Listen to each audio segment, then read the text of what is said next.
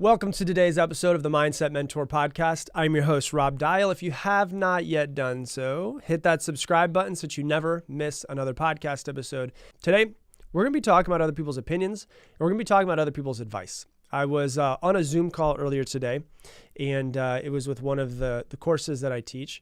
And one of the people asked a question like, how do you stop caring about other people's opinions? And the thing that I said to them was record 1,400 episodes of a podcast and just see if you care anymore.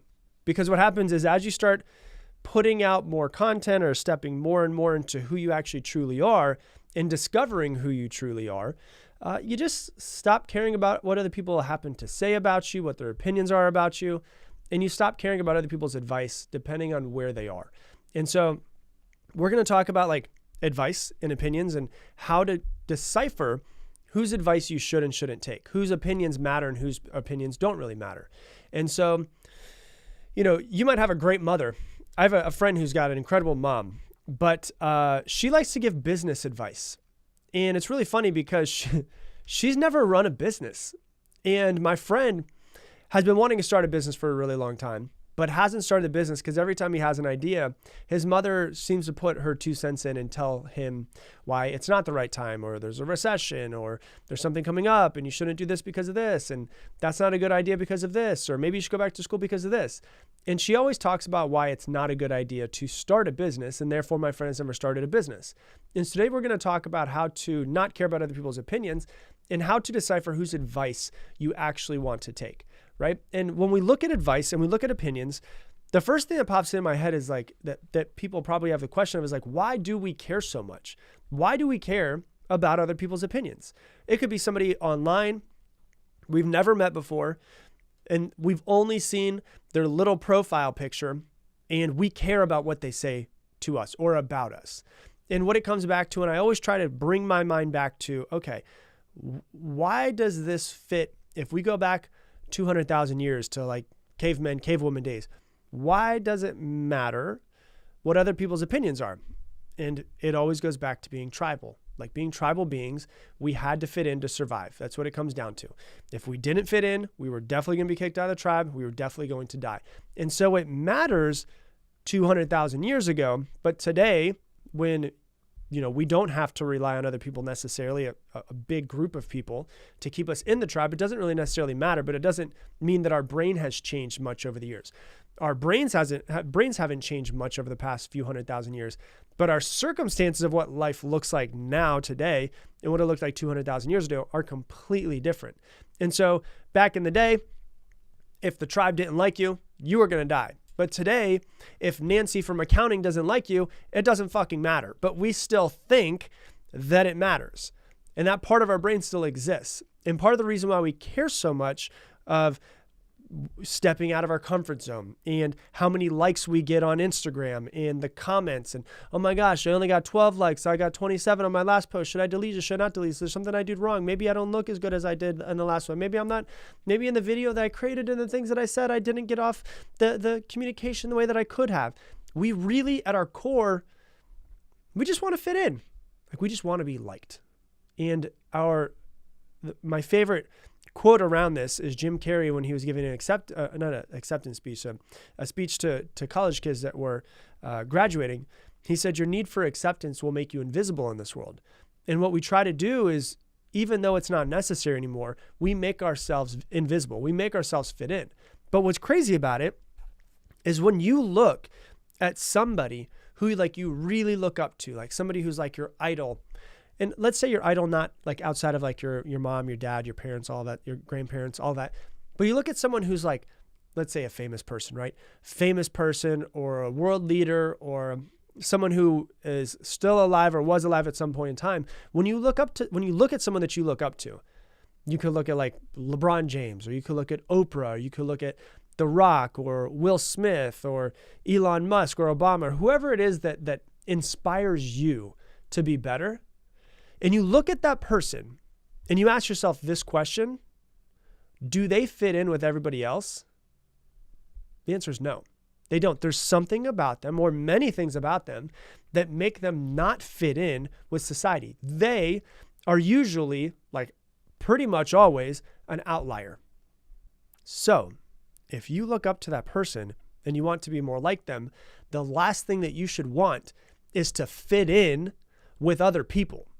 I don't know about you guys, and this is nothing wrong with other people who exist in this world. But when I look at the world and I look at society as a whole, the last thing I want to do is be like them. Like there's no part of me that's like, yeah, I want that life. I want a life where I'm anxious and miserable and have a job that I hate and, have 2.4 kids and I take my traumas and push my traumas onto my, like there's nothing about it that makes me go, yeah, that's what I want to be like. Not there's anything wrong with people. I just think that so many people are stuck and they don't know they're stuck. I think that so many people were born to be unique and they are through, society and through our parents and all that stuff, we are domesticated. Really, we are just domesticated. We're told what we are supposed to do, what we're not supposed to do. We figure out what makes us good little boys and girls. We figure out what makes us bad little boys and girls. Most of the time, we end up over time just becoming those good little boys and girls and getting away from being the bad little boys and girls. And so we've learned to fit in. We've been taught to fit in. When you're in school, you have to be there at a certain time and the bell will ring and then you can't be tardy or else you're a bad kid. And if you want to go use the potty, you got to raise your hand. You got to get a hall pass to go use the potty, which is the most natural thing that you can do which is nature's calling. You got to go pee somewhere, right? But they don't fit in. The people that we look up to don't fit in. And so we've been raised to fit in. And so there's a part of us that wants to fit in our brain. There's a part of us that has been taught to fit in. And so we've got to override the entire system to be somebody different. You were created uniquely. You've been domesticated to be the same, and you need to undomesticate yourself in order to actually step back into being who you truly are. What's another common thing about the people that you really look up to the most? A certain percentage of people hate them for some reason, right? When you look at LeBron James, like I'm a decent LeBron James fan. I'm not a big LeBron James fan, but I can look at him and go, wow, yeah, that's greatness in person. Like he is, and I'm a huge Michael Jordan fan. He is, LeBron James, one of the best basketball players that's ever played. So many people hate LeBron. And I think one of the reasons why they hate him is because of the fact that he shows them what greatness looks like, what greatness can be in any person. And because they're not great and they've never stepped into greatness themselves, it's easier just to put somebody down and talk about why they're bad and why they're not good enough versus be like, yeah, I'm really fucking inspired by that person, right? They all have some form of haters. Everybody I named has haters. When you look at LeBron James, he has haters. When you look at Oprah, he has haters. She has haters. The Rock, he has haters. Will Smith, he's got a lot more haters after the whole slap thing, right? When you look at Elon Musk, he's got a whole lot of haters after buying Twitter. All of these people have haters all over the place. But I think they do have more people that love them. And so what we fear is a lack of acceptance, don't we? Like that's really something that kind of scares the shit out of us. If you go and you do anything great in this world, you will have people that will hate on you or resist your greatness in some sort of way. People will always do that. And the funny thing about it is that the amount of people that are haters, quote unquote haters, is this teeny, tiny, minuscule amount of people. Right? Like I have people that are haters and all I do is just try to put out positive shit in the world. Like I have people that talk trash, but it's like 1 out of every 1,000 people that leave a comment, 999 will be positive and one of them is going to be negative. But so many of us hold ourselves back because of that 1 out of 1,000. We're afraid of that 1 out of 1,000 saying something to us. If you're going to do anything out of the ordinary, you will have haters. And let me tell you what a hater is. And sadly, it's just the way that it is. A hater doesn't hate you. They don't hate you. They hate themselves. And what they're doing is they're projecting their hate from themselves onto you because they are so unsatisfied with their life. You are a representation of what they could be, but they're holding themselves back. And so what haters do is they like to project their hate to momentarily make themselves feel better than the person that they're hating on, when in reality, all they're doing is just typing on a keyboard. And so haters don't hate you. If you get a hater, they don't hate you. They hate themselves. You stepping into your truest self reflects to them that they are not stepping into their truest self. So they try to bring you down to bring themselves up. But we still want to be accepted. Fuck. I still want to be accepted by that hater. right? We still have that inside of us. And it's about turning a blind eye to it and saying, this thing that I'm doing is so important to me, is the reason why I'm alive, and I'm going to follow this path of my greatest self and stepping into my true potential no matter what somebody else says.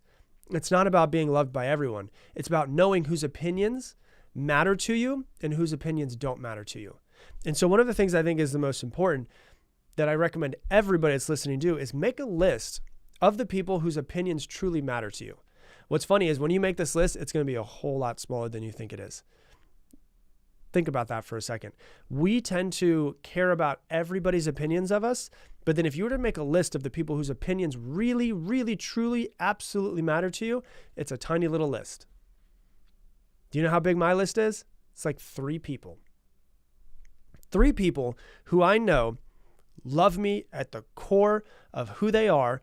And if they said, hey, this, and this, I'd be like, oof, this person is saying this because they actually truly care about me and they want the best for me. Most people who are online, they don't truly care about you and want the best for you.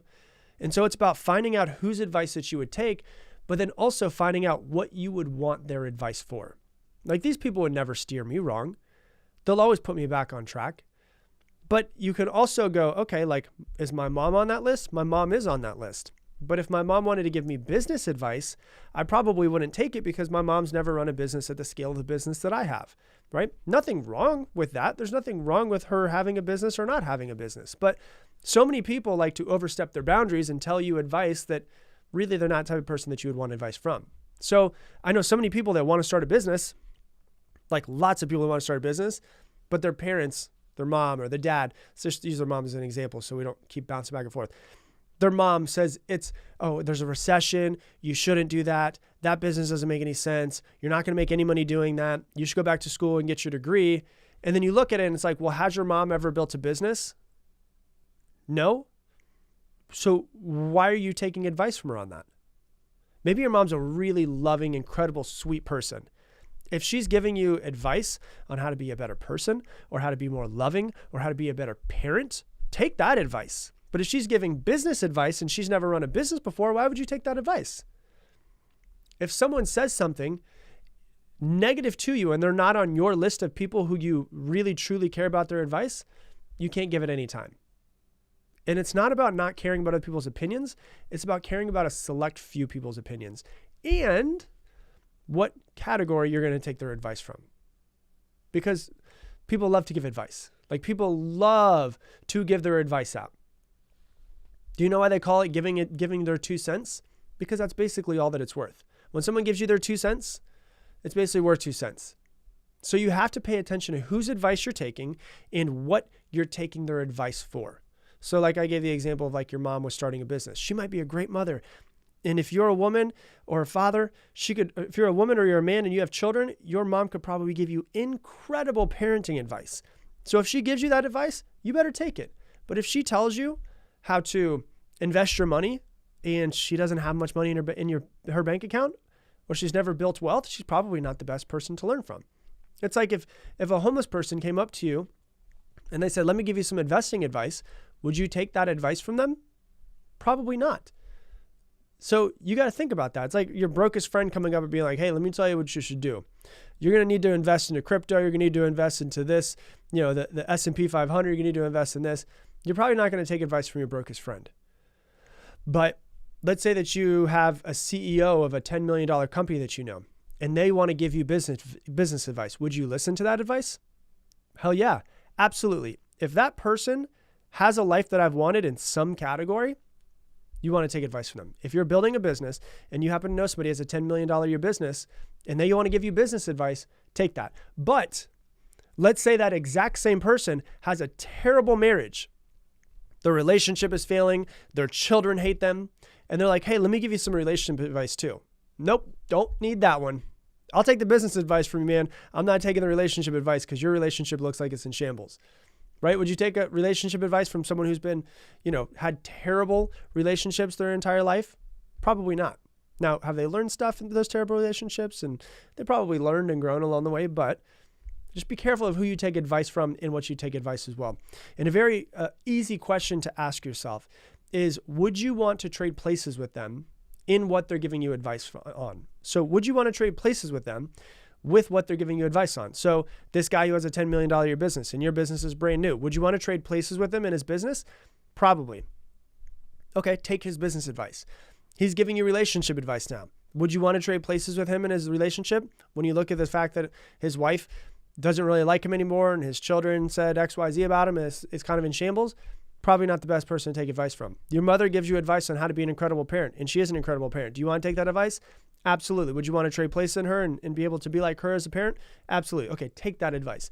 When she tells you what you to do with your business, should you take that advice? You shouldn't. Your brokest friend wants to give you, advice on how to invest your money. Should you take that advice? No. Do they have other positive qualities you might take advice from them on? Sure.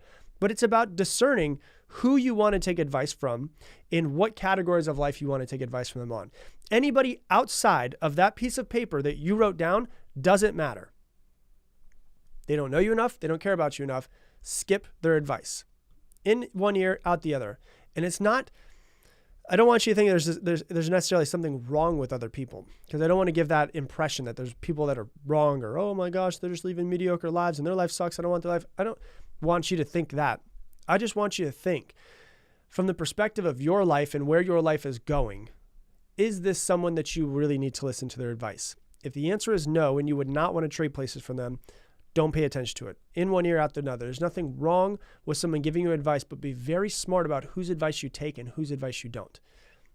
And if they're outside of that piece of paper and they give you advice or they give you their opinion, it doesn't matter. Because really what truly matters is that you're on the path of your life to building your greatest self.